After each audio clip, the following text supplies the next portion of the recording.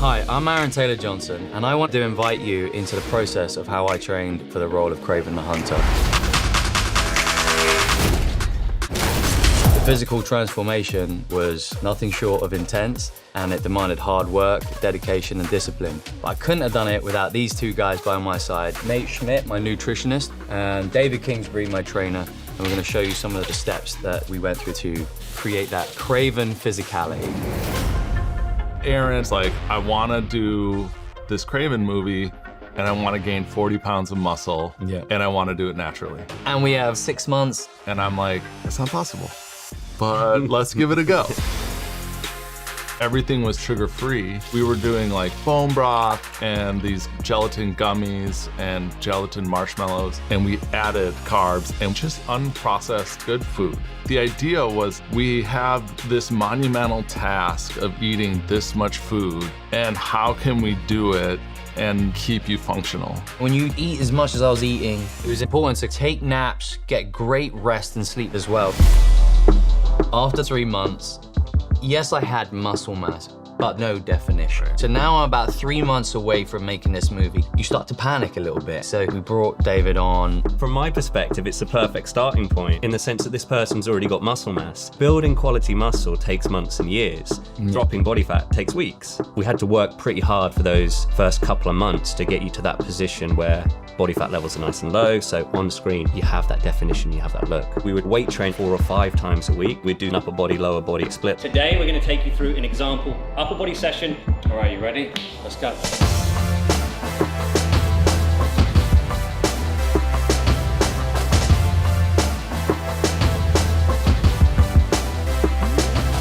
There were times where Kraven's in his vest and my arms are on show. We use a little bit of a trick, which is pumping up before scenes. And then we've got days where if I unzip the vest and it's on show, I gotta be shredded and lean. Abs are like a muscle like anything else. The only way you can show them is by reducing body fat. We would have a certain amount of ab training in, a couple of sets, a couple of times a week. We usually just hit it at the end of like a leg set. That's it. You do some cable crunches. Yeah, I did a hang and knee raise. But it's like anything. You don't need a lot of volume for it because by training it more, it doesn't reveal it more.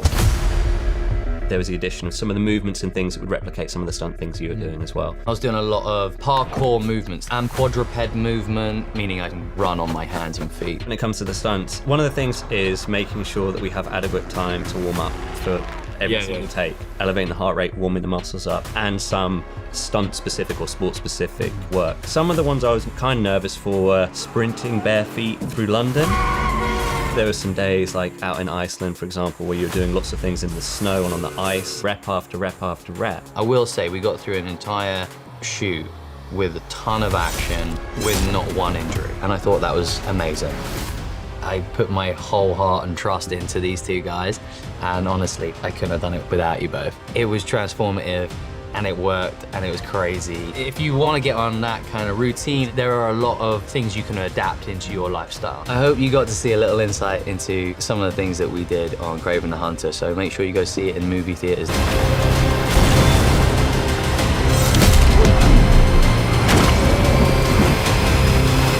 Kraven the Hunter, exclusively in cinemas.